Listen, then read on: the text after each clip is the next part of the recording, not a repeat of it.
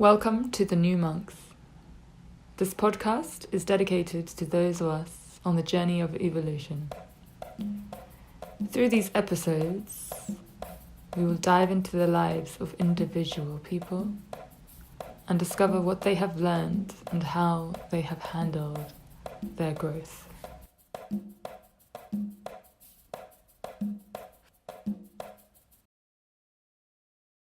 How we begin is just to take a few deep breaths in.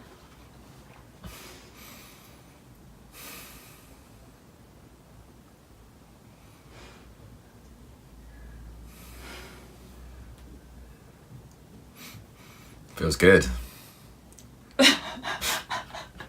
Yeah, and then that's it. Okay. How are you feeling right now?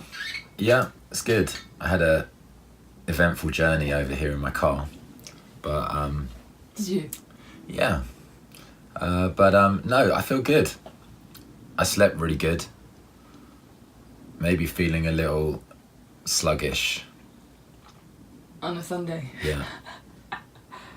Yeah, I feel good, especially with a camera in my face. So do you not usually sleep well? No, I do sleep well, but I don't know. Sometimes I feel still asleep when I wake up. You still feel really sleepy? Yeah. Yeah, I feel like that as well. A lot of the time. But has it always been like that? Not really. No, just sometimes that's how it is. I mean, I was out last night. Okay, yeah. So I went to bed quite late and maybe I was, I don't know, sometimes that's how it is. But no, I feel good. Yeah. Ready to tell everyone about myself. Ready for my life. Yeah? Yeah. Good. Let's do this. Let's do it. So yeah, I don't know, I think I've obviously spoken to you a lot about your journey over the past. Oh yeah, Yeah. we talk a lot. Yeah. But, and this is, I don't even know where to begin, but let's begin at the beginning. Well, I was born in 1978. Yeah, is that the beginning? Let's start from the beginning. I went to school in... I guess, where does one start? Yeah, I know. That's crazy, isn't it? I guess it starts when my spiritual journey, is that what we want to talk about really, where that began? Yeah. So that began in my early 20s, and I guess I had most of my 20s was spent like doing self-development programs. I think I was a bit unusual. I think most people at the time were probably doing all sorts of other stuff, you know, like partying and going out and who knows what. And I remember I worked in the city and on my desk I just had piles of books, like spiritual books. Wow. Like I was working for an equity brokerage. That's crazy. And I had like 15 books just piled around my desk and everyone was like, oh look, that's what Tom does. And that was like from the age of 22. Wow. So I guess I started quite early, and it's interesting, isn't it? Like why we have that interest. Yeah. How is it that I find it interesting? What is it about me that is drawn to that topic? Yeah, at that age. At that age, I mean, that's a weird one. I mean, it's something to reflect upon, like why we're motivated and what motivates us. And Yeah. that's a big conversation to have. Oh yeah, definitely. But I was motivated to do that, I guess, and also I was quite ill in my early 20s. Yeah. And that's what like pushed me to try and find out, you know, what life was about and understand suffering. You know, because I think suffering is one thing that really pushes and motivates you to look deeper and to try and make sense of life and try and understand why circumstances are the way they are. So really, I think suffering's a blessing. Yeah. It's difficult to see that though. I think that's a real skill. Yeah. To be able to see it that way. Definitely. Because you can have the same thing happen to two different people. Yeah. And you know, for one of those people it can wreck them. Yeah. And the other person it can make them. And some people get caught up in the suffering. Yeah, And right. How do you get out of it? Right, they don't even know that they can get out of it. Yeah. They're like, this is just how life is and life sucks. Yeah, that's so true. And sometimes you can't get out of it. Uh-uh. That's part of the thing as well, but not to be resigned about that. So I think I think suffering in general is how we grow and how we learn. And when things are going well, you know, you're not like reflecting on it. Oh, like, why are things going so well? I've got to understand this. You're just enjoying the ride. Yeah. It's only when things aren't going so well that I think, and then even when they're not going well, people can deal with that in different ways. Some people can drink, some people can have lots of sex, some people take lots of drugs, some people are ostriches, they put their heads in the ground. That's so true. There's nothing wrong with that. That's just how they've learned how to deal with those things. Yeah. But for me, the way I dealt with it was I started reading and researching and understanding from a young age. And that was, I guess that's how I dealt with things. Mm. But it's not easy as well in the West. I mean, I guess that's where we are. It's not encouraged to do those things. I think sort of self-development, spiritual development is still kind of a foreign subject for a lot of people. I don't think it's naturally like where we gravitate towards when things go south. No, when shit hits the fan. Yeah. Also, sometimes it's a bit like, oh, what is that? Like, oh, it's got a weird stigma. Yeah. Around it. Yeah, it has got a weird stigma. Right. It has got a weird stigma, and I think for those people that are really in it, they actually like. It's something they're, I guess, kind of proud of, or it's something that they like to share about. But I think it can have a weird stigma. I mean, when I was in my early 20s, the reason I got into it was I got genital herpes, like at a young age, and that was kind of difficult for me because, you know, as a young man, you know, I was always interested in meeting women, going out, drinking alcohol, and taking drugs. Yeah. That's what life was about when you're 22 years old. And because that's a skin virus at the time, that's related to your emotions. So I had to really stop drinking alcohol, stop doing drugs, and it ruined my confidence with women. So as a young man, I asked myself the question, you know, if I can't do these things, how can I be happy? How can I be happy if I don't have, if I can't have these things that give me pleasure in the external world? Yeah, if they're taken away from you. Yeah, right, exactly. So I kind of look at that experience as a blessing. I was very grateful for it, and I wrote a book called Herpes Saved My Life. Yeah. Right. Love it. And a lot of people came to me actually. They were like, they'd be like, "Oh, I've got a friend of mine who has herpes, and can you help me?" And they'd always be asking about themselves. Obviously, they didn't want to tell me that they had it. But part of the thing, I mean, look, the reason, so, you know, I got into hypnosis, and I taught hypnosis at college, and I got into healing my body. Like, I was going to, like, not only how can I feel happy without these things in my life, but also how can I heal this condition that I've got?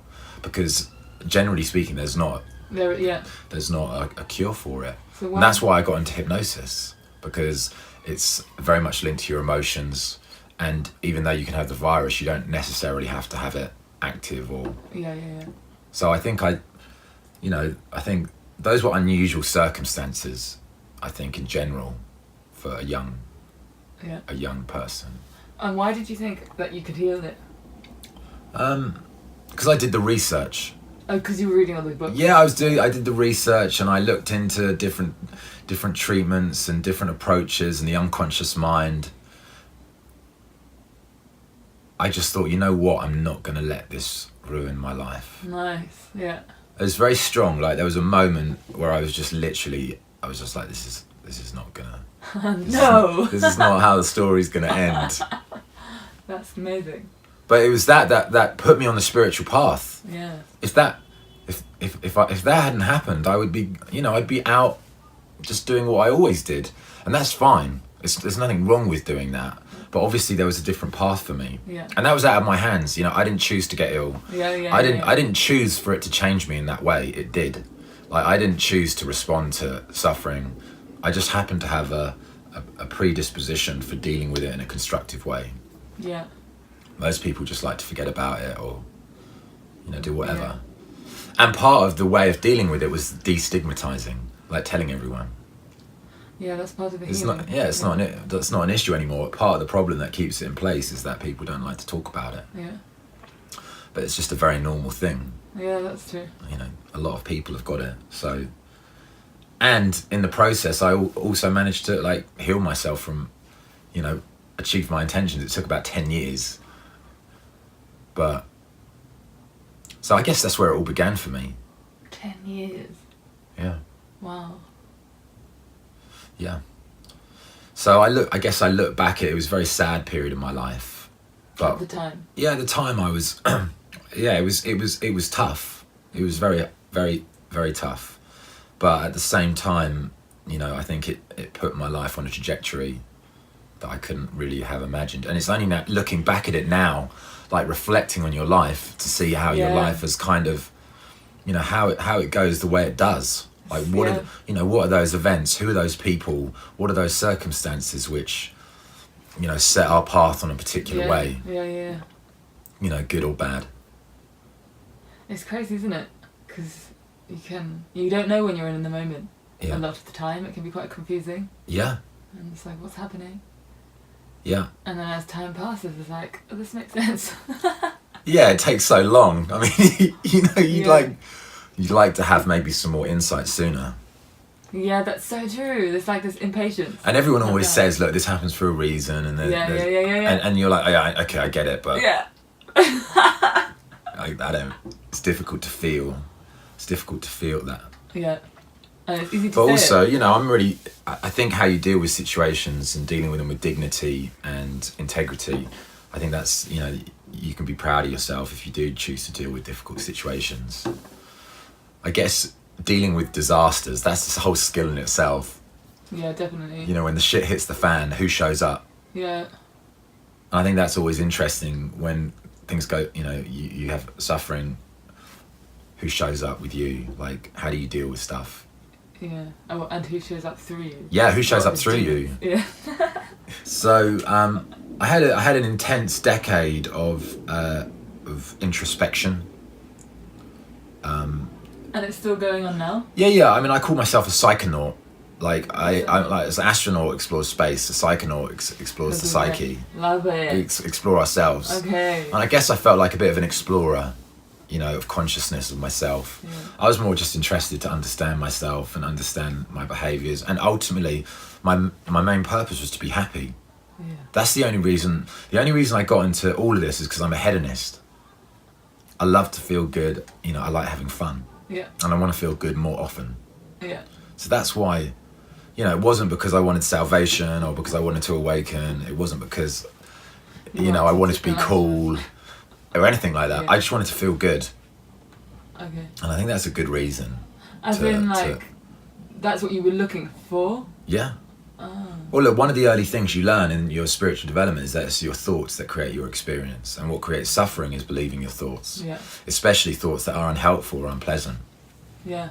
You know, that's the fundamental cause of suffering. Yeah. And if you can realise that, and if you can realise that you have emotional responsibility, so you're responsible for your feelings, your emotions, you might not be responsible for, you know, what's going to happen in your external environment or, you know, whether bad things happen or people die or health conditions, but you can be responsible for how you deal with things. Yeah. That's like the fundamental access, I think, of happiness, is realising that you have a say in how you feel and think.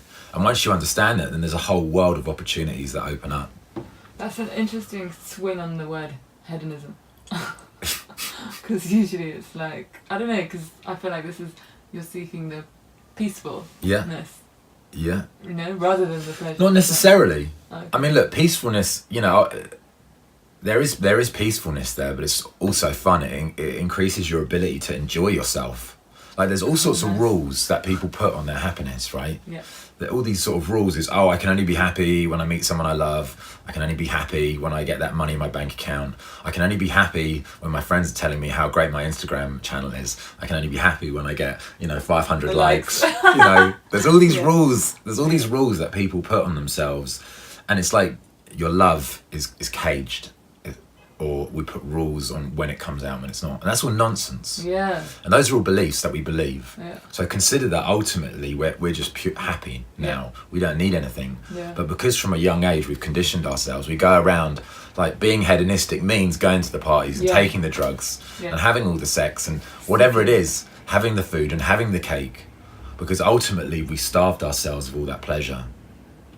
You know, like, because all these beliefs we have that kind of limit our ability to enjoy the moment. Yeah. That's how I felt. So I think early on I kind of realized that was the game.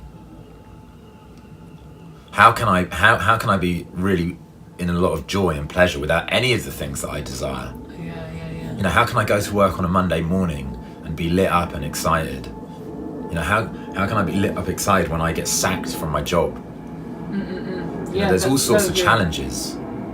So true. So yeah, I guess that was all quite, at the time I didn't look at it as a spiritual thing.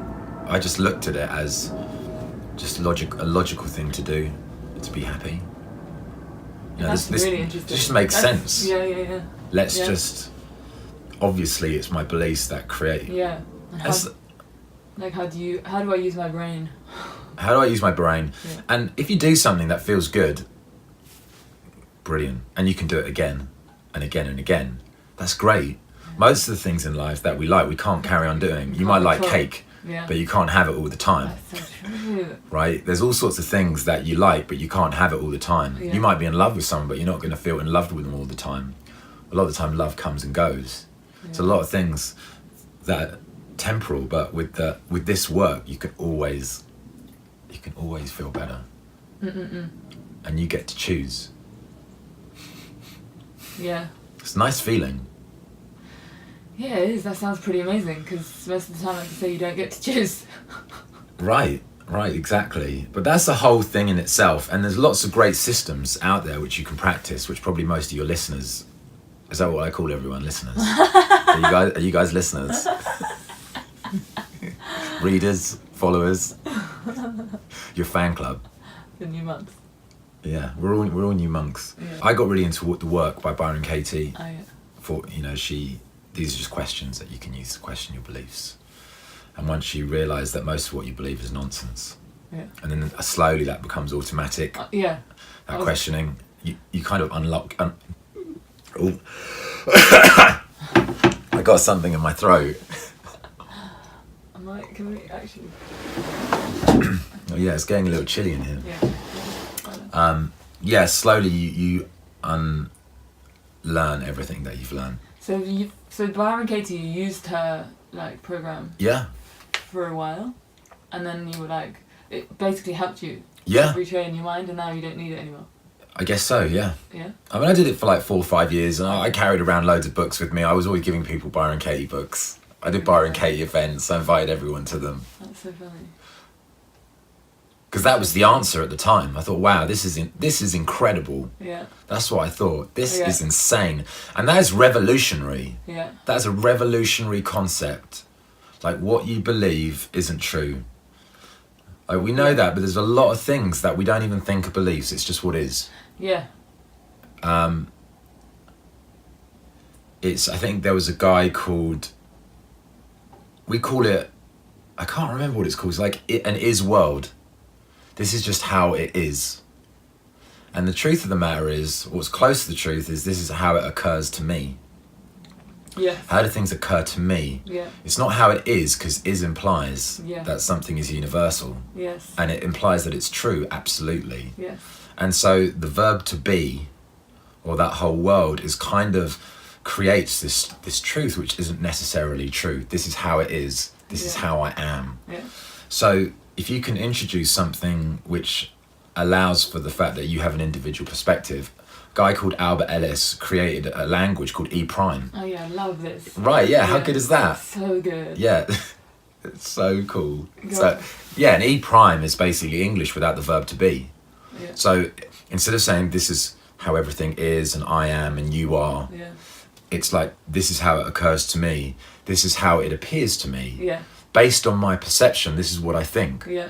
That, it encourages that sort of the fact that we are only a point of view. Yeah. And that's it. Now, and then you have this thing called fuzzy logic. Fuzzy logic is a physics term, which means we talk in probabilities. Some things are more probable than others. So the fact I'm going to get home in my car when I drive home today, there's a high probability that that's going to happen. Yeah. But it's not totally true. I might not. Yeah. So all sorts of things might happen. Yeah. So introducing that element of doubt into how we talk, it might be a bit like wordy and take a bit of time, but ultimately it makes you happier. Yeah. Because living in a world where you get a sense of that, it stops you being so tense, stops so tight, and it stops you, it helps you to realize that your beliefs aren't true. Some of them are probable or have a higher chance of happening than others, but they're not universally true. So then I guess it kind of takes you more to the truth. Yeah. Yeah, that is. There you go, that is the truth. I'm not saying it's easy. It's not easy living without of course. that human ability to want to try and have a solid sense of truth about things. Yeah. But there's a lot of stuff that humans believe that I think we'd be better without. Yeah, I agree.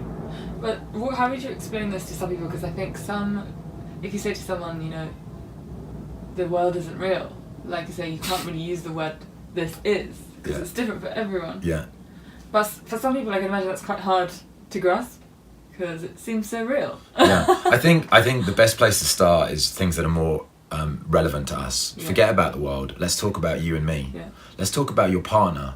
When you say to your husband or your wife, and you say you don't listen to me, you're irritating. Yeah, that's true. Yeah. You're careless. You're silly. You're silly. You're you're heartless. It's better to say you appear, or you seem to me, or this is how I feel. This is how I feel, or it occurs to me, as opposed to just saying you are that. Because what it introduces is that element of like, this is just how it seems to me. Now let me know what you think, as opposed to just judging someone. Yeah, that's true. So just give space to the conversation. And I guess. And that's exciting. Yeah. It is exciting. Definitely. And that's where the progress comes. That's where progress comes. And like you said, I think basically how can you say that one thing is like that? Because obviously that your husband or whatever is going to be different with different people. Right, exactly. Well, that is true as well. Yeah. I mean, that's close to the truth. Is they might be that way sometimes. Yeah. I mean, sometimes is one of my favourite words of all time. Yeah, it's a good one. It is good, isn't it? And I wrote a blog article about that a long time ago. And I think this is where I was in my 20s. Yeah. I was very much in semantics and language, and how using different words help to shape how we feel and how we interact with each other. So sometimes. So, if someone said to me, you don't listen to me, I might say sometimes. As in, that just gives a bit of space. It feels very peaceful. It gives a bit of space. And on the flip side, when you're speaking to someone else, if you've got something to say about them, saying that something happens sometimes as opposed to all the time, that's actually true. Yeah. It's truer that things happen sometimes. And then that people feel less judged, they feel less, like they're being attacked. Yeah. And it gives them, a lot of people just switch into being defensive. Yeah. Right. I think language and the way you communicate is so important. Yeah. Is everything. Yeah, right. Another word, another word I really like is the word maybe. Yeah, I love maybe too. Because there is, and I mean that in an honest way. Yeah. Sometimes there may be some truth. Sometimes there may be. Sometimes there may be. Maybe. It's a great word. Yeah. It's funny because I think I love also just being in that uncertainty of things. Yeah. I don't know. Do you think that is part of it as well, just to not be? I think and there's one thing like being in that uncertainty, but then we're coming from the other world where people live in these rigid boundaries and these rigid beliefs they have about their partners and about their loved ones and their family, and that's really destructive, right? That ruins things because. For many different reasons. So I think this type of language structures are more useful for that. Then on the flip side, if you want to be some Zen master or a yogi or something, and you want to be in that uncertainty and sort of be in the flow of life, then that's also could be used for that as well. Mm-hmm. But I think ultimately this is just a way of sort of breaking through the cracks of these absolute beliefs that people have. Yeah, that's true. Even if you're judging yourself, people love to damn themselves. So I did a master's in rational emotive behaviour therapy. Wow. And that was created by a guy called Albert Ellis in the 60s. And he was one of the guys that was at the beginning of the human potential movement. And he was a hedonist. He called it long-term hedonism.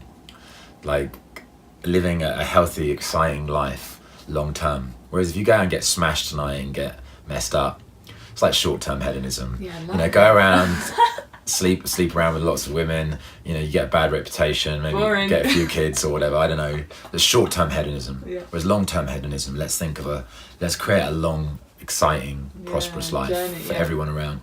But part of the axiom of REBT is what humans do is we damn ourselves. So if things don't go the way I want, or if this doesn't happen, it means something about me. Yeah, I'm a failure. I'm a failure, I'm useless, I'm blah, blah, blah, blah, blah, blah. And I spent probably a long time working on that, so I don't really have any of that anymore. Yeah. But I think a lot of people do. Yeah. I think that's kind of standard. Not only is it standard, but they believe it. It's true for them. And the thing is, even if you got something bad to say about yourself, why don't you just say, well, I'm an idiot sometimes? Yeah. You know? If you want to call yourself an idiot, if you're going to do that to yourself, and that's the truth. Like, it's not all the time, because there'll be plenty of times when you're not that. Yeah. And also at the same time, it works the other way. It's like sometimes I can be really clever. Right. But not all the time. Right, exactly. And once you free yourself up from that absolute belief, suddenly you're at peace. Yeah. Because the fear is we judge ourselves universally, and then we experience that. Yeah. And that's nonsense. Yeah. Even if even if you've got a husband or a wife who's just you're having a nightmare with, that doesn't mean they're that way with everyone all the time. They might be a daughter to their parents, they might be a loving daughter, they might be a loving mum, but it's how they occur to you. Yeah. So again, it's very, very rarely, I don't think ever, you have something that's universally true in terms of our beliefs, at least. And then what about this idea that I feel like was contained, that there's a higher power? Oh yeah. Because then also that kind of relate to this, telling yourself that you've done something wrong. Yeah. But actually surrendering to, I don't know. I don't understand. Maybe you can I don't. Basically, I think what you said now is sometimes you blame yourself for things. But then, I don't know, you can also say that there's a higher power that's also in control. I think it's Some people believe that. I think it's two different things here. It's accepting responsibility for things, and you don't have to. Sometimes things are out of your control. Yeah. Right, but even if you do experience or accept responsibility, that doesn't mean you've got to damn yourself about it. Yeah. Right, you might have done a bad thing, but that doesn't mean you're a bad person.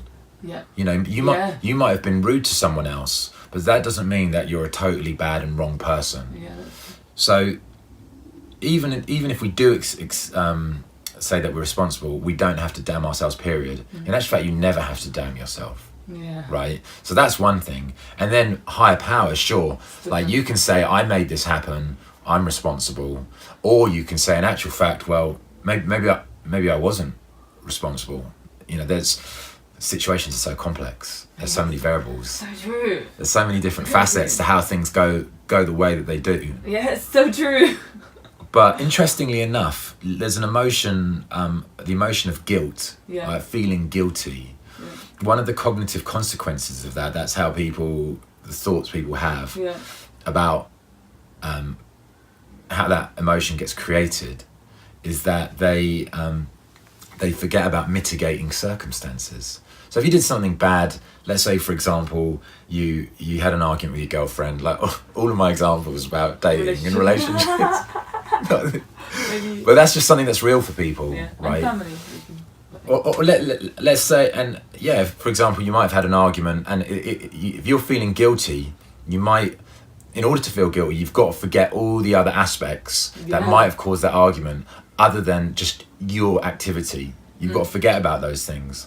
But there could be all sorts of other things that contribute to that argument. Maybe she'd had a bad day. Maybe she's got some issues. Maybe, who knows, maybe there were builders upstairs and they're like making loads of noise and shouting and blah, blah, blah.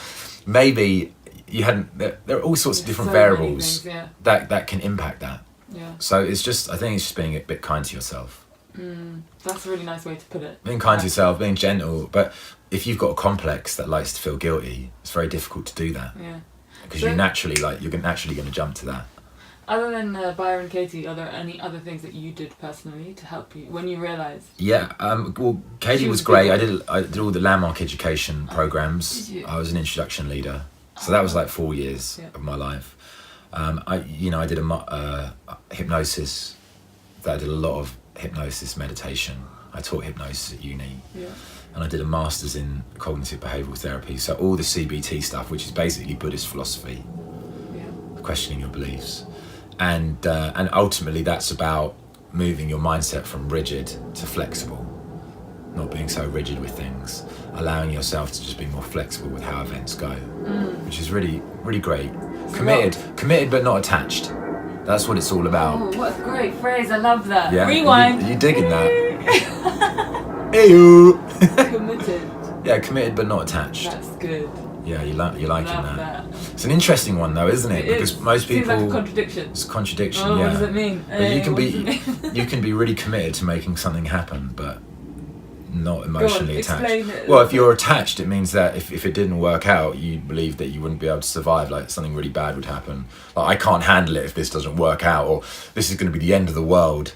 You know, if I don't get this job, like I'm going to be ruined. I'm going to be destitute. And when you're attached, you're anxious. You're stressed. You're emotionally. Yeah, you're actually not at your best when you're attached. Yeah. You're probably at your worst. Yeah. You know, you're needy. You're just not putting out your best vibes. So you've got to be able to realise that if things don't go how you want them to go, things are going to be okay. It might be hard, it might be difficult, but you know what? You're going to get through, and you've got to be able to make peace with life not going the way that you want it to. But once you're at peace with that allows you to play. It's like imagine. Yeah, exactly. Oh, yeah, that's so cool. Like, one of the things I learned at Landmark was there are two types of people in life. Well, no, that's not true. that's not true. But imagine life is like a playing field. Yeah. And you've got the field and you've got the stands. Some people are on the stands, right? They like to look at the field. But what are the benefits of being on the stands if you're looking at the game? Pleasure, fun. You get to look at the game, but what do you miss out on? Participating and enjoying playing the game. So it's safe. Yeah, very but safe. you miss out on the fun of playing. Then you've got the people on the pitch, right? Yeah. What are the benefits of playing on the pitch? They're in it. Right, they're in the game of life, but what are the risks? It's dangerous. It's dangerous, they might lose, all sorts of things. Yeah. So there's risks to playing, especially if you're attached, right? If you're attached. Like, losing is a problem if you're attached. Yes. Getting injured is a problem if you're attached. But if you can play freely and just enjoy the game, then that's the secret. And then you can play to win and have fun. Yeah. So I think that's kind of it, as being committed versus being attached. And the landmark thing is like, can you describe that a little It's bit? very, very intense. Oh. Don't do it. Landmark is incredible. Yeah. It's created by a guy called Werner Erhard in the 60s and the 70s. Yeah. Which at the time was an incredible time in California. Yes. Right, human potential movement. Yeah. It's just an incredible period to be alive. A lot of the big, famous spiritual teachers, psychotherapy teachers, philosophers lived in California at that time. Yeah. He was one of them. He created a system which was basically like the ABC to enlightenment. People had an enlightenment experience through a system. And he was, he was super smart guy. And he created something in the 60s called EST, which was Erhard Seminar Training Programs. And EST was done by all the famous people at the time, all the Hollywood stars. They were all doing it. It was all the craze.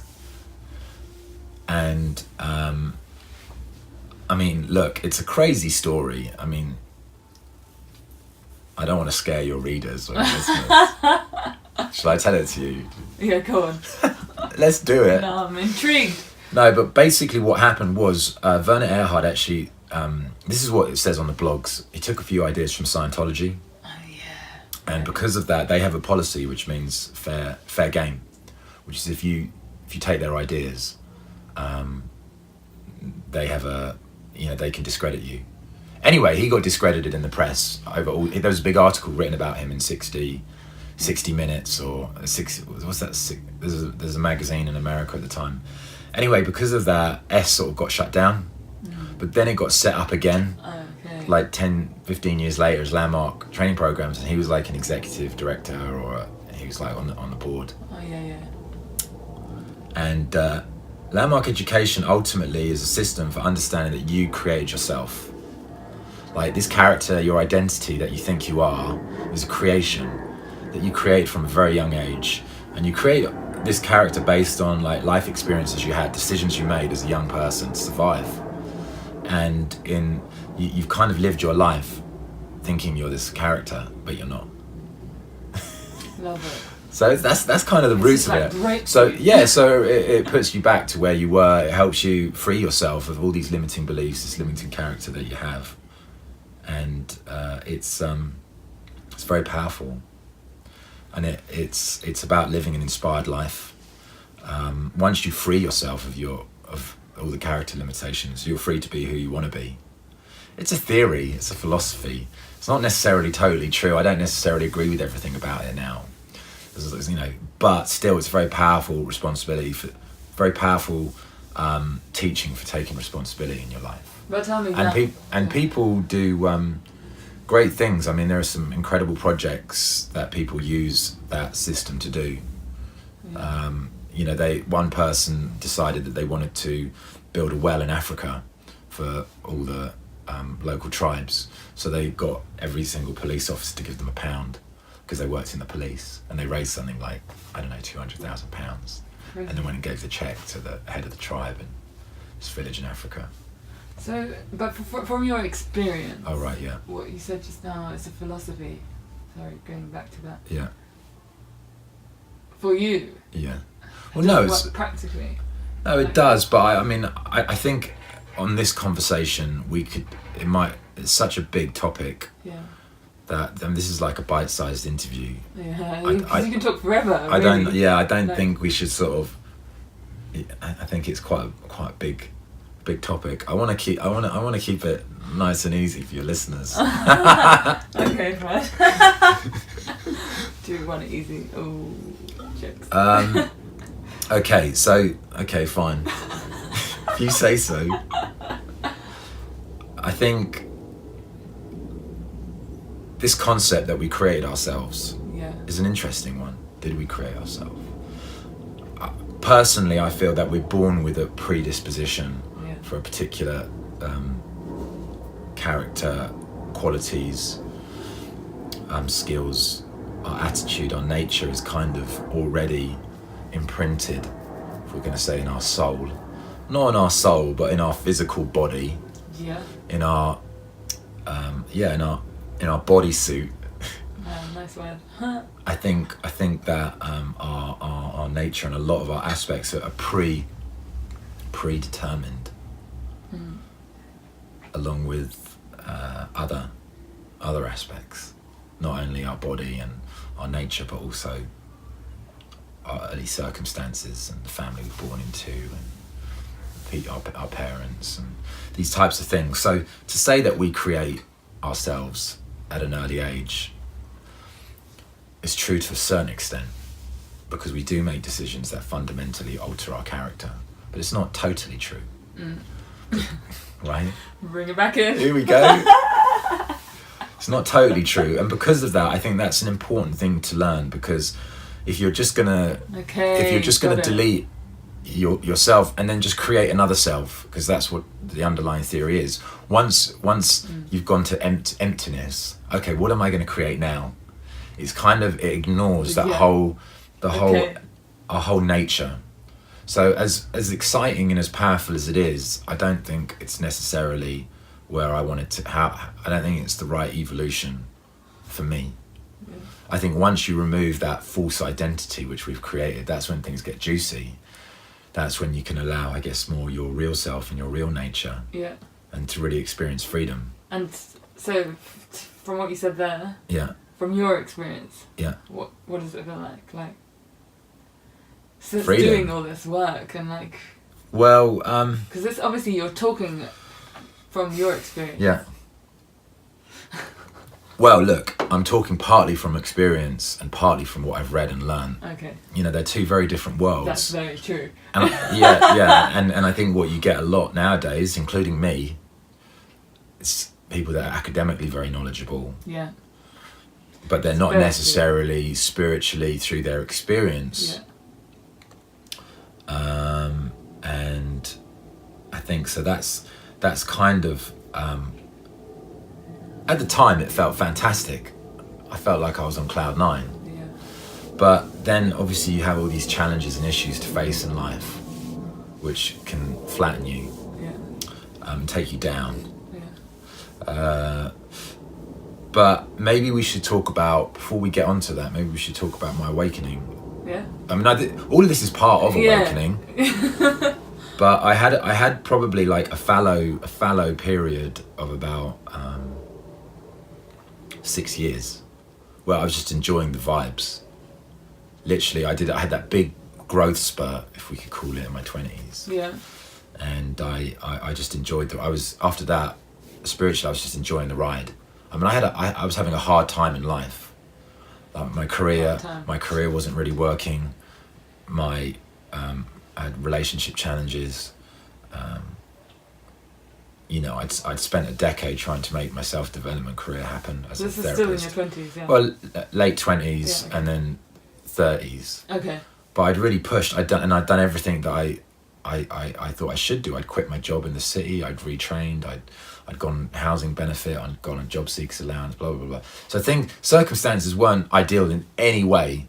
I would go as far as to say that not much of what I wanted to happen happened. Mm-hmm.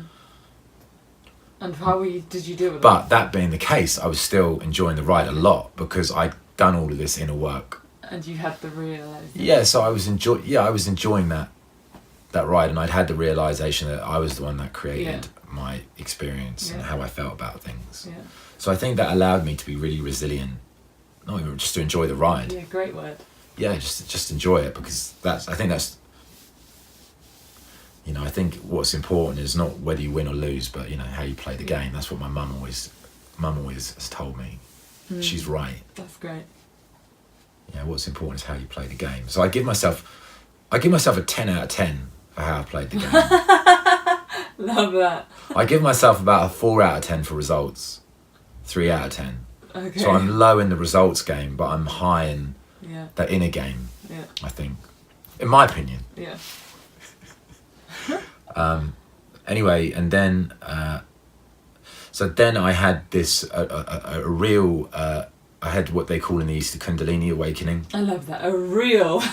Well, I didn't even know that these things existed. I wasn't on that level. I literally wasn't on that. I wasn't thinking about spiritually awakening. I wasn't thinking like, what does that mean? That wasn't a goal. I'd actually said to myself, I don't want to be enlightened. Like, I have no need to be enlightened. Why did you say that to yourself? Because I was just because I read a lot. I'd read about the topic, and I thought, my goodness, like, life is so good. Yeah. Like, life is so juicy. Okay. What more could you want? Like, why would you want to? What else could you want? So interesting. So I not resigned, but I just thought it was a weird thing to want to do that. To want anything else? Yeah. What are you searching for? What are you looking for? But apparently that's part of the secret. It's not is not wanting, not desiring. Because I think a lot of people are totally. When it comes to you. Yeah, right. A lot of people are totally attached to that. That's so true. They and it doesn't always happen. What you tend to find is people that go through these types of awakening situations. A lot of them are just not on the spiritual path. Even they're just normal people living everyday lives. It can get triggered. A Kundalini awakening, which is this process that I went through, or am going through, can get triggered by childbirth, trauma, excessive meditation. If any of you are going to do an aggressive detox, be careful. Because that can trigger it. Yeah. And energy healing. Yeah. Energy healing can trigger, and psychedelics. All those things can trigger it. And Kundalini yoga, no? Yeah, it can do. It can do, but generally speaking, most people that are Kundalini yoga people or instructors have never had an awakening. Interesting. Which is weird, because there's as you start to realise in the spiritual world, there's a fundamental difference between knowing about something and going through it. That's so true. Let's just suck that in. Yeah. I mean... Yeah. Mic drop. Yeah. There's a big difference, and I think... And that's what a lot of these teachers, a lot of the people that are embodied, like have embodied the awakening process, they say there's a big difference in learning from someone that is going through it. Definitely, I agree. Do you think that you can tell the difference? I'm probably not at the moment. Yeah. But I just think it's important to be mindful of it. Yeah, that's nice. You've got to use your own skills Yeah. to understand what's going on with someone, Yeah. how they teach, Because I suppose it's also like... and ask them. Yeah, that's true. Ask them. That's true. Just say, look, has this happened to you? Are you enlightened? No. Yeah, like what's your day-to-day experience? Yeah. How are things? I think these are all important things. I Anyway. think it's important because it's like you said, you can talk about something, but there's no like. Look, it's the same with substance. it's the same with hypnosis. There's a lot of 80% of the hypnotherapists out there have learned out of a book, but they're not all great hypnotherapists, and a lot of them they're like textbook therapists. Yeah. And it's not just hypnotherapists. It could be psychotherapists. It could be Reiki healers. I guess it happens a It lot. could be psychics. It could be people that have gone to they've done the course and they're trained. So yeah, tick box, great, that's good, but still, are they the real deal? Yeah.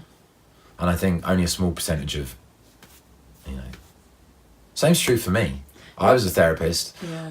but then I learned CBT. That's teaching logic, empirical, rational thinking. Yeah. So it's kind of easier to disseminate and to work out whether someone's the real deal or not. And I guess the thing is, it's not like you're saying it's wrong. It's just everyone's in a different journey, path of their process. Right, exactly. It's a good point. Yeah. Maybe those therapists and those healers are good for people as introduction, to give them an introduction. Yeah. It's just important to be mindful of, because I think a lot of people out there can be quite powerful. Yeah. Like you put your faith in a healer, you put True, your faith in a that's very therapist. I think you just have to be cautious about that, and you've got to make sure you ask the questions, because you only know things have gone south when they have. Oh. And once they have, it's there's no going back. So things went south. I mean, I'm sure a lot of you guys have been in that situation. Yeah. It can be in any situation. It doesn't just have to be this. It could be it could be when someone's told you to put your seatbelt on and then you have a car crash and you're like, okay. Or there could be any situation where there's that realization that you're in the shit. Yeah. Love it. Uh-oh. But no, I had I guess this Kundalini awakening and an energy treatment. Like and Reiki. yeah, something like that. And initially I had this just terrifying traumatic experience. All I can call it is that. It was it's like a trauma, but I didn't know what the trauma was. I didn't know where it had come from. It didn't make any sense to me. During the session? At the end. Afterwards? Yeah. And I had that for like 4 months. I had PTSD. Wow. And PTSD is intense. I mean, I couldn't leave the flat. I couldn't go into supermarkets. I couldn't walk around the street. It was intense.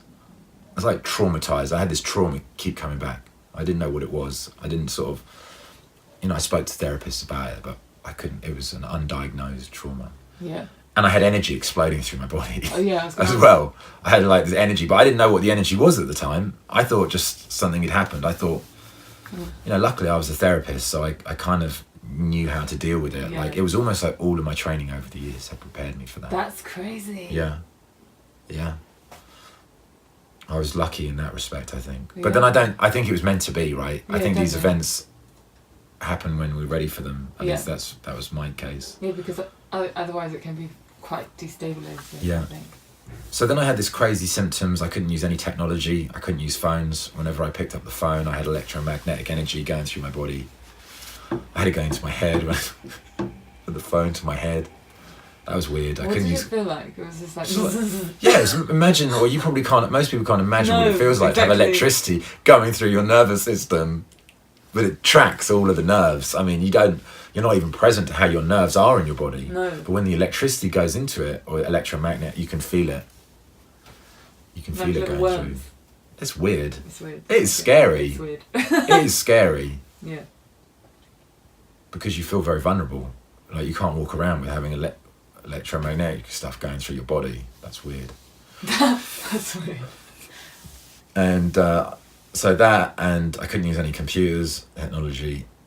I couldn't look at computer screen. I think that my eyes ached so much. I basically went through about 4 months of hell, like pure hell. That's all I can describe it. And then one day I was lying on my bed, and I couldn't look at the light. My eyes were aching so much, like that excruciating pain in my eyes. You know, that's terrifying.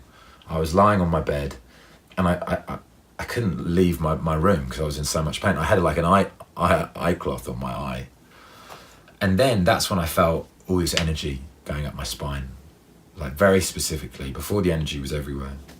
Yeah. And then I knew what that was because I'd read about it over the years. The energy up the spine is the Kundalini, and that's a very clear symptom of an awakening process. Like that energy going up there is kind of like, yeah. That terrified me, to be honest with you, because then I thought, what's going to happen to me? Like, am I going to end up in India in a toga, what is going to go on? What is going to happen to me? Because your ego is terrified. Your ego's got life how it wants it, you know, and when that's at risk, well, that's scary. So that was the beginning of everything that changed my life. Wow. Forever. You know, my old life kind of ended. Yeah. You know, ultimately an awakening process, Kundalini awakening, is it deconditions. It deconditions everything about you. Yeah. It deconditions your behaviors, your habits, your feelings, your emotions, your desires, like all of those aspects of what you're attached to, everything. That is all. It's a bit like you have this energy going through all your energy channels, and it slowly deconditions. Changes. It changes. Yeah, it cleans them. Yeah. It like takes all of that conditioning out. And I lost all interest in being a therapist and being a coach and teaching. That was weird. That was really weird.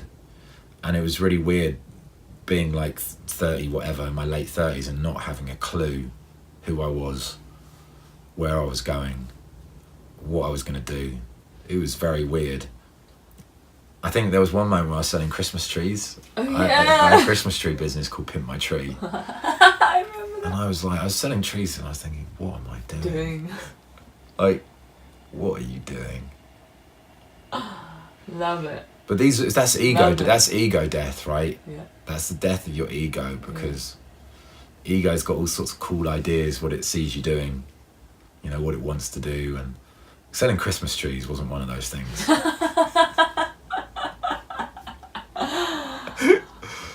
So weird, and but ultimately all of like that's all part of the spiritual journey, is freeing yourself from all of those attachments and that life.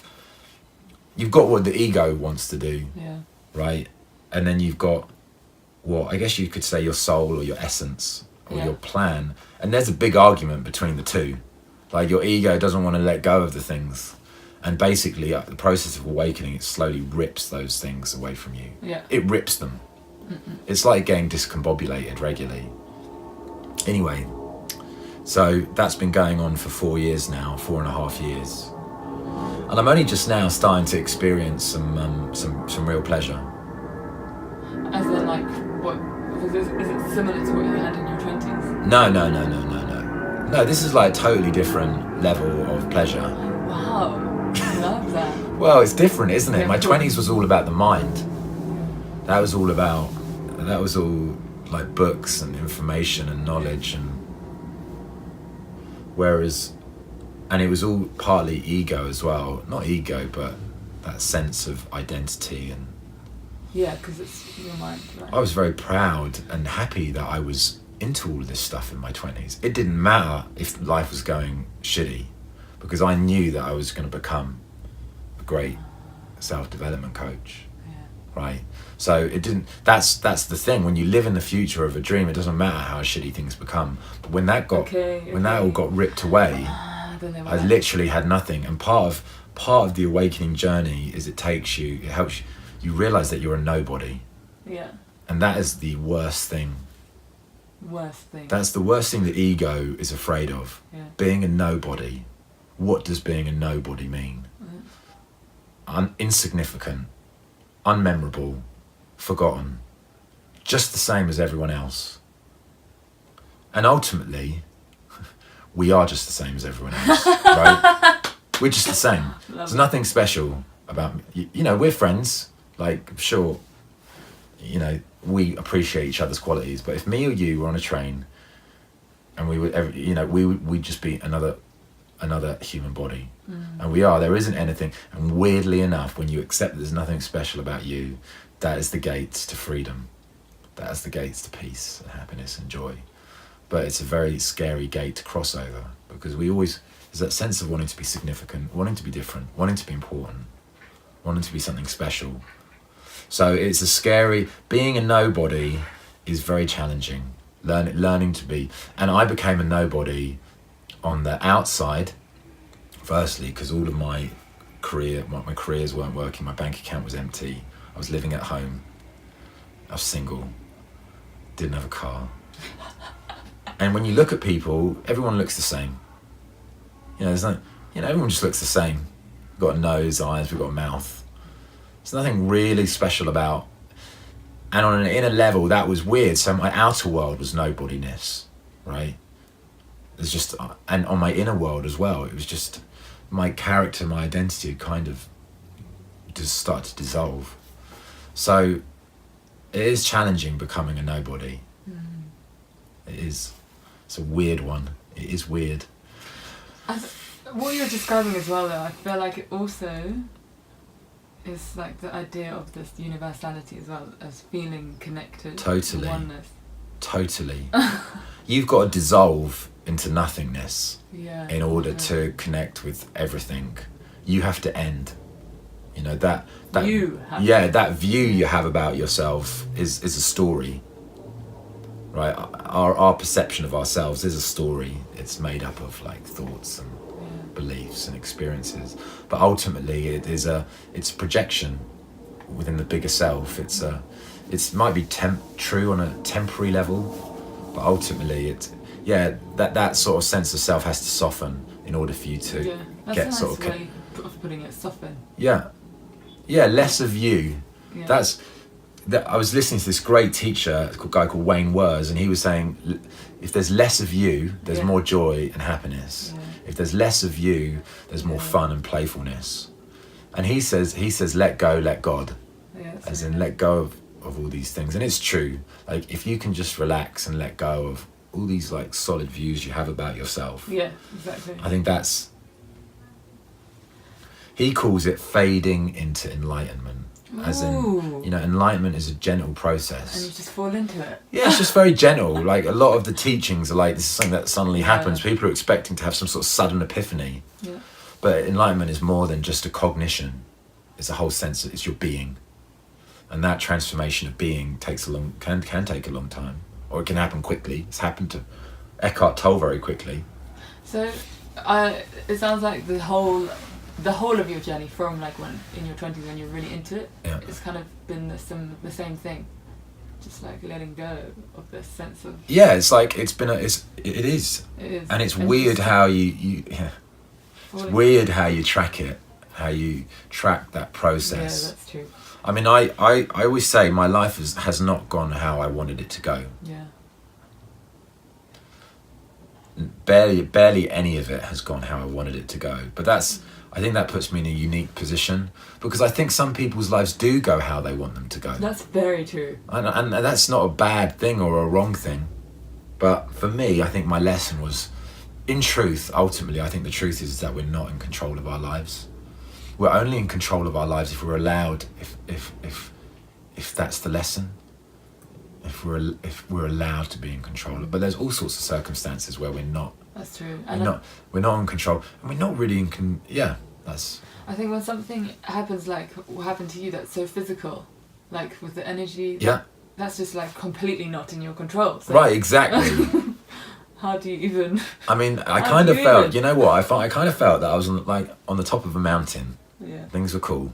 Yeah. And then I got struck by a bolt of lightning, right? And I fell down the mountain, like all the way down to the bottom. And I found myself in a foreign land. Yeah. Yes. Where I didn't know where I was, or what I was going to do. Love that. And I just got up and, okay, let's try and make this work. Yeah. Love that analogy. But I didn't choose where I ended up. I didn't choose how I fell down the mountain. All that sort of just happened. Yeah. Yeah. So, yeah. It's pretty wild, really. And then It's a wild experience. I'm quite careful about telling people about this, but I'm just going to tell everyone now. Tell the world.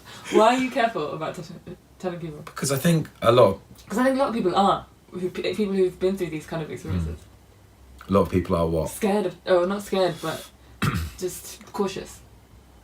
I think some people don't understand these concepts, and it's a personal thing.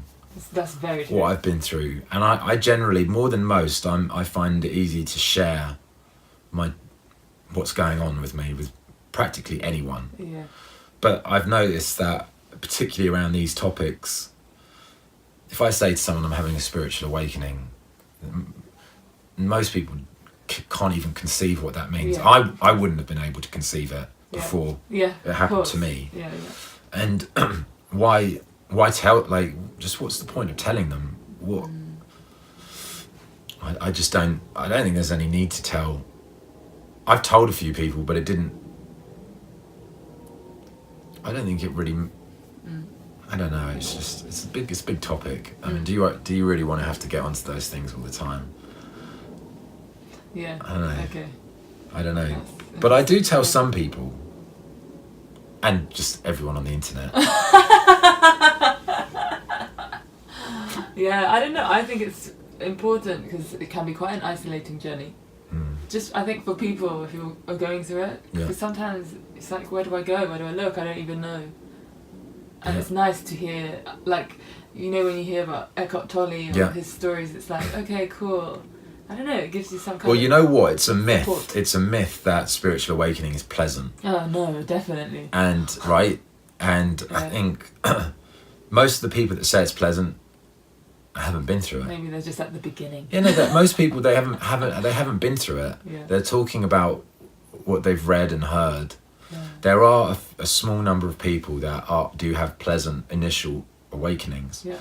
But still, experiencing the infinite and experiencing yourself as an infinite being is challenging. Right, it's not pleasant. Right, it's pretty hard. Yeah. It's intense. I think I'm going to go and have my tea now. I'm going to work. Oh yeah, I just had this experience. Yeah. You know, it impacts your life. Yeah, completely. Like if you have this process, your life is going to change forever. Yeah. So it's not something, I think, that if you wish it, if you want it to happen, you know, be careful what you wish for. Yeah, that's great. Because your life will change, and a lot of the things that you wanted, financial success, career success, all those things might not happen. You know. And I think you change. Yeah. Everything changes. Yeah. Like, it's a completely different way of being as well. Yeah. It's not just like this idea. Right, exactly. Yeah. It is intense. How have you dealt with this? Like, you say that your life didn't go the way that you had planned it or had imagined. Yeah. How do I deal with that? Yeah. Just let go. Just let it go. I mean, look, Let it go. in truth, we don't know what's best for us. Like, it's easy for the ego to think that I know what's best, but at best, it's 50-50 chance, my way or this way or that way. Who knows what would have happened if these things hadn't happened to me in my life? I don't know. There's no way that I know. And to be honest with you, I think humans, we like to think we know what's best for us, but there's a good probability that we don't. Maybe my life's going in a really cool way. I mean, it is going in a cool way. I can't complain about everything that I've been through. So I guess I'm quite sort of at peace with that. I wasn't attached to it going the way I wanted it to. And ultimately I was committed to the self-development work. Well, I couldn't get more like in that than this. Yeah, that's what I'm so going true. through. Yeah. So in some respects, maybe it's like bang on course. Yeah. Right. I mean, you only know looking back. But I think in truth we don't know what's best for us. So when these thoughts come up, say every now and then, that it's just like, I haven't got this, and you just like remind yourself. Well. Like practically. Yeah. I don't know, look, once this process evolves, once you get deconditioned, you stop needing those things. Mm-hmm. Like, you stop needing the career that you dreamed of. You stop needing the relationship that you dreamed of. You stop, you let go of that. Because those are all things that limit your happiness, right? Those are all things that we're conditioned to want. So you have to not have those things in order to free yourself from the conditioning. So it's like a spiritual challenge. Yeah, that's true. Which is a good thing, but it's just not a nice challenge to learn, because we want to have the things that we want. But ultimately, it's a very useful experience, and also, I think that in general, our brains have become hijacked by sort of this Western view of like capitalism and materialism. Yeah. And I think we've lost touch of why we're here. Yeah. Like, it's easy to think that, oh, I want to have the right job and the right house and the right partner, and I think it's easy to forget about all the other great reasons why we're here, to learn and evolve and grow. And I think for me personally, when I compare myself to this sort of fake view of how life is, I miss out on all the good stuff, miss out on all the joy and all the just the great things that we're learning every day. I love that. Maybe I'm not here to have a big house, maybe I'm not here to have lots of money in my bank account. Maybe I'm not here to have a satisfying career. Maybe I'm here to just be here right now and just to awaken. Maybe this is it. Yeah. This is as good as it gets. Yeah. And that would be okay. Yeah. I think that's a big thing to learn, because a lot of people are so engaged in where they're going. It's very true. And look, that is a joyful experience. I loved living my dream. I think there's a lot of literature out about pursuing your dreams. There's and so much. Living your dream and making that happen. Yeah. And like where I'm at now, I don't know whether that's. I don't think we're here necessarily to be happy. I think we're here to grow, and here to evolve. Yeah. I don't know whether we're here to create a dream. Yeah, but happy in that sense of, like, ego. Yeah. Because maybe you get a different kind of happiness. Yeah, it's different. Like, maybe happiness isn't a word. Fulfillment, satisfaction, like being nourished. But there's people all over the world. There's people suffering. There's people dying. There's people in other countries with no food. I mean, look at the First World War, the Second World War. Millions and millions of people were dying and getting blown up. What about their lives? Were their lives less important? Did they not achieve their potential? Are we gonna? All these other people that are living less than perfect lives, but in actual fact, all those lives were as useful and important to them as are even people that are making it. Yeah. I think it helps just for me just to understand different life paths. Yeah, definitely. And the value in all of them. Okay, that's really nice. Yeah. And then also I was going to ask you about going through all these things, and you said the electromagnetic sensations and and like you say, you don't like to necessarily talk to people about it openly. What does that feel like as well, just to know that you're experiencing this like thing that's really otherworldly? Yeah. Right here. It's weird. And then how do you deal with that as well? Like, because did that cause some kind of like, I don't know, split? Yeah. Between you and other, yeah. Yeah, totally. Yeah. But I'm used to it now. It's not a problem anymore. But at first, it's really weird.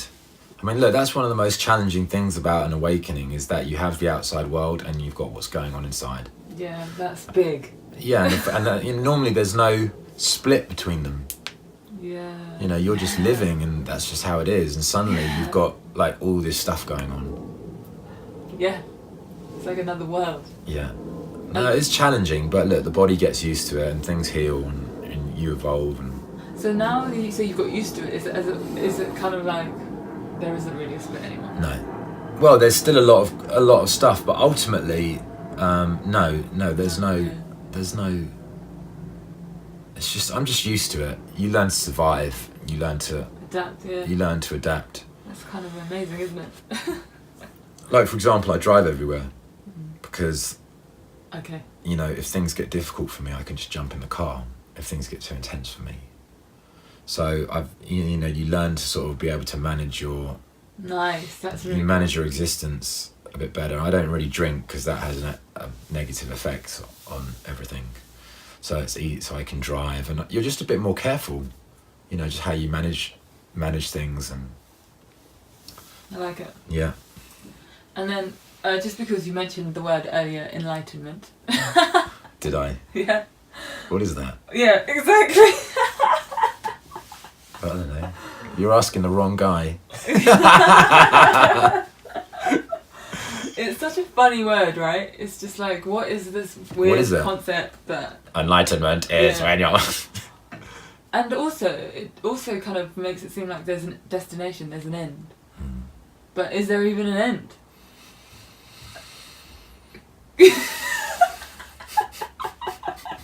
Whoa. Big question. I know. So what's your question? What is enlightenment? Yeah, what is your view of enlightenment? All I can talk about is what my experience is. And imagine that initially, as a human being, you might... Let's say I'm a sandcastle. I think I'm a sandcastle. Enlightenment is realizing you're not the sandcastle, you're the sand. Okay? So I have this idea that I'm a physical body. In actual fact, what this physical body is it lives within consciousness. Consciousness is unbounded, right? Consciousness is not limited to yourself, but it's localized in yourself, in the body. Yeah. But ultimately, what an awakening has done for me, slowly, is it slowly helped me realize that consciousness is not my body. I'm not the sandcastle. I'm actually the sea of consciousness that the body occurs within. So there's like a huge expanse of space and emptiness, and within that is my physical body. So now you could go to many views of what enlightenment. A lot of people think enlightenment is when you don't attach to your thoughts, when you realize you're not your thoughts, and in actual fact you're that sea of being in which your thoughts occur. Or, you know, you might say you're your soul consciousness. It's when you separate and you realize that you're not your body and you're not this ego identity. You're much bigger and greater than that. And ultimately, this consciousness is connected to the non-physical realm. You know, who knows what that is? We've been told. Yeah. We've been told by many people. But non-physical, obviously, you're experiencing consciousness. It's not. You can't see it, but it's underneath everything. Yeah. And that's a very pleasant place. You know, that space underneath everything that everything is a part of. It's a very liberating space. There's a lot of freedom there. There's a lot of pleasure there. It's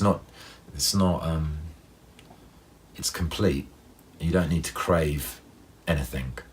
It's pure. It's complete in itself.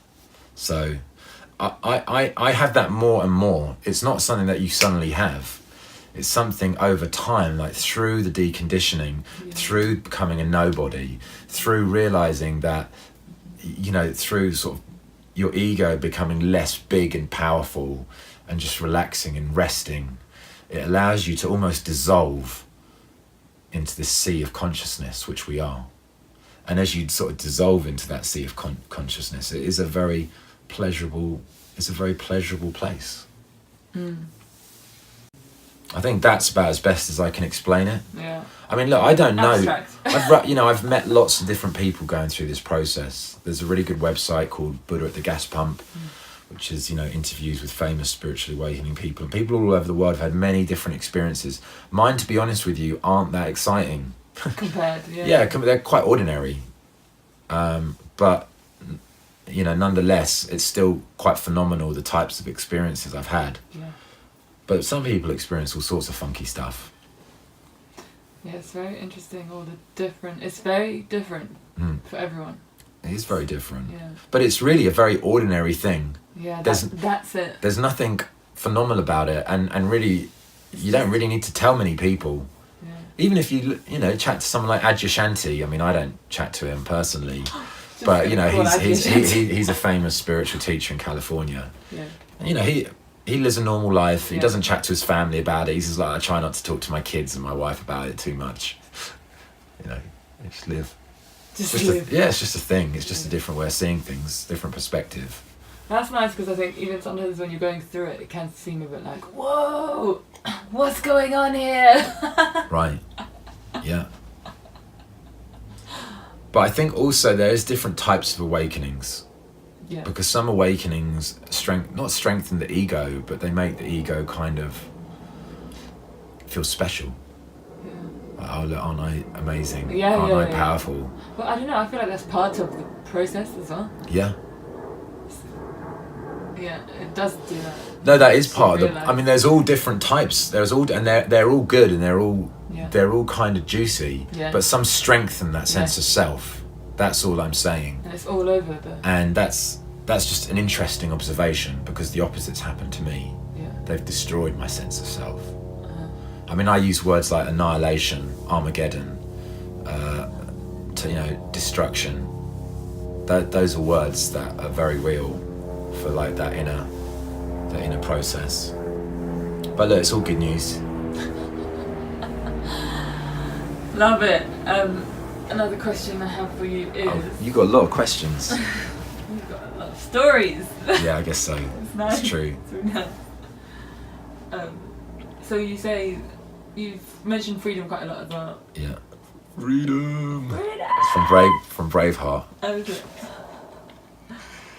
What does freedom feel like for you?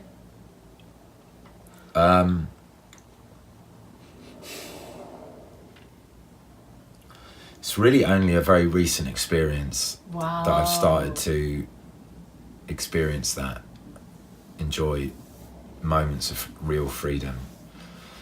That's crazy. It was born in my heart, because you can have freedom in your mind, that experience of freedom as in like a cognitive freedom, but I think in the heart is where it really out of the heart explodes our expression and our feelings and our behavior and our thoughts. It kind of ultimately it comes out of here. That's like the backdrop to it, I think. And then you could have a life that you dream of but not feel free in your heart. It's weird. So I think our heart is conditioned. We've caged our hearts, and I think we stopped ourselves from being able to experience that freedom in our heart. Who knows, maybe over many lifetimes, maybe just in this lifetime. But I think once that your heart feels free, then you can be free in a prison cell. You can be free in a relationship that might not be working for you. Like, your freedom is not determined by your external circumstances. Like, freedom is a state of being. Yes, love that. Yeah? Love that. Freedom is a state of being. This is definitely true. So, and oh my God, how exciting is that? Like, it doesn't matter what happens in the world. Right? Yeah. Right. It doesn't matter. I think that's real freedom. Yeah. Is the freedom to do or not do. It's the freedom to do as we please or not please. Like, we're free from just all these circumstances. And I think that's joyful. That's real freedom. Yeah. As opposed to, I think a lot of people think freedom is to do with just being able to do what you want to do. Yeah, like the whole idea of having your own will. Yeah, right, exactly. Which is a whole, there's a whole, universe of knowledge about, creating your will in the world. Yeah. But why are you directed in a particular way? What was it that made you want that career or made that job? That's true. Were you free to create that? Yeah. No. A lot of the time we're kind of conditioned. Yeah.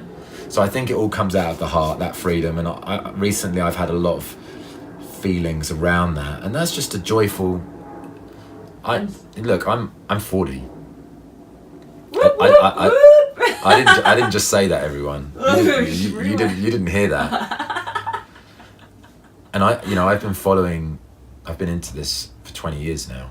That's mad. And all I can say is that until I felt that freedom in my heart recently, I've never felt freedom. Wow. I thought I did. Wow. But it's like a whole next level. That's so crazy, isn't it? That it just keeps giving. It just keeps getting clearer and more. It's good news. It is exciting. It is exciting, and freedom is probably the best thing. It's weird, isn't it? Like, why is it? What is it about being human and freedom? There's something. There is something. There's something just sort of wired into us, and that is it's joy. And when you talk about the heart, I'm guessing it's like a physical feeling. Yeah. Yeah.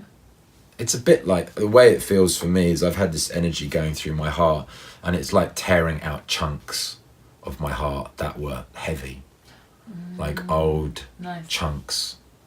I don't know what those chunks are, but I think all of these previous behaviours and experience we have are kind of sort of like mud that stop us from feeling. Yeah. So it sort of cleaned them out, and then in actual fact it was so powerful at one point, I was like, whoa, this is almost a bit scary. But then, like, once you're free, in practice, it doesn't matter what happens in your life. Like, if you get the job or if you don't get the job. Yeah. If this happens or that happens, and that's a lovely feeling. That's that state of equanimity the Buddhists talk about. Yeah, equanimity. Yeah. That is a joyful place to be. Yeah. And but in the world's eyes. Yeah. That's a bit shitty. Yeah, 100%. The world, how does the world judge us based, what happens when you talk to people? What do you do? Where do you live? People, we all like to share about these things, our career, our circumstances. And if you look at the life of an awakened yogi, a guy who lives in a cave, or anything, or it's weird how we have these two realities, and yeah. And so do you think that this process of awakening is forever? I mean, obviously nobody really knows, right? But it's been 20 years, you say? Yeah. I think we're always awakening. I think everyone on planet Earth is awakening. Yeah, that's nice. I think all the challenges that everyone is facing designed to help them awaken more. Yeah. Whatever those challenges are. Yeah. And there are some difficult problems out there. Yeah. But I think they're all perfectly designed for each one of us. And I think we're always evolving and growing. Yeah. I believe that we're eternal. So I do believe it goes on forever. But I think there are periods when we grow less than others, and there are probably some chill out periods. Yeah. And sometimes just enjoy the ride, have fun, relax. And there are other times where we grow like a tree, so... And it's probably not linear either. It's like sometimes you relax and it'll be crazy, and then it might be even crazier. Yeah, exactly. Just go with the flow. I don't know whether it goes on forever or not, but... Yeah. Or are we all going to heaven? Well, I think even in the afterlife, from what I understand and what I've read about it, I think we're still learning. Yeah. But learning is great. It is like, there can be great. It doesn't always have to be super painful, and I don't think it's... Yeah, maybe 20 years. I think this life, though, I think life on Earth is hard. I think life on Earth is... I think it's hard... I have a lot of empathy for people, just in general. Yeah. I think it's hard. And I'm sure that's how... You chat to anyone, everyone's dealing with stuff. That's very true. Aren't they? Yeah. It's hard graft. What's his name? Yogananda, the guy who wrote autobiography of... Is it biography of a yogi? Autobiography, yeah. And he said in death is like freedom.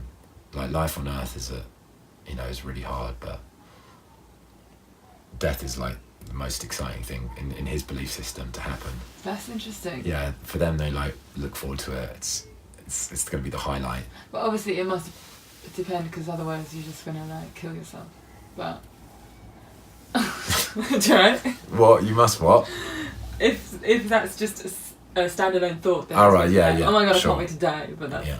I think also there's a thing about when you're human, you Yeah. can evolve. Yeah. So then when you die, you go Right, exactly. somewhere else. Whereas This is a time for us. That's why I think that's why we're here. We're here to grow and evolve and experience limitation. That's how we grow, through limitation. You only have to look at your life and all the areas where we're limited. That's when I think that's part. You might be limited physically in terms of health, limited financially in terms of things. You might be limited in all sorts of ways. maybe even limited in our body. Yeah, and limited. Well, I always had this need to sort of break free of that, even in my 20s. Yeah. It was always there, and I thought about it incessantly. It was all I thought about. It was weird, and I thought that was normal. But I would go to work and I'd just be thinking about it non-stop all day, for a long time. So it's weird. Why do we have these? Why do we have these aspects to ourselves? Somebody else might be thinking about playing the guitar, and that's all they're thinking about doing, is just playing the guitar. I love that. Yeah. I was watching a chess documentary. I love chess, and I was watching, Magnus Carlsen, world's highest rated grandmaster in history. Mm. And all he thinks about is chess all the time. All he's got in his brain is chess matches. That's what gets up, has lunch. All he's thinking about is chess moves. So it's interesting how that all happens. But look, we can chat about that another time. Yeah, that is a bit of another topic there. But anyway, I think that's it, really. The new monk's like 15. Thank you so much for sharing your story. There's a lot of juice in there, I think. Yeah, I hope I didn't overshare. No, I mean, oversharing was good. Yeah. Okay. Well, thanks for listening to me, everyone. And just as a little last thing, have you got any further words to say? Any little bits of wisdom? Not really, just enjoy the ride. I like that. Enjoy the ride. Yeah. I think that's the important thing. Yeah, because it's easy to get caught up in everything. Yeah, and don't take it too seriously. Ooh, that's a very good one. Yeah. Don't take it too seriously. And I was actually having this conversation with a friend yesterday, because we were saying that, you can go have this like spiritual experience and get caught up in it, which is actually just the same as getting caught up in the world and like your desires. Yeah. Yeah, definitely. Yeah, people can get totally caught up and attached to that as well. But yeah, don't take it too seriously, because that helps you learn from stuff and helps you enjoy it, and it helps you... Like, suffering is shit. Nobody likes to suffer. Yeah. So learning... that's what Buddhism is. Yeah, that is true. It's a system to end suffering. Yeah. So anyway, yeah, that's it. That's it. All for now. Yeah. Thank you. Thanks.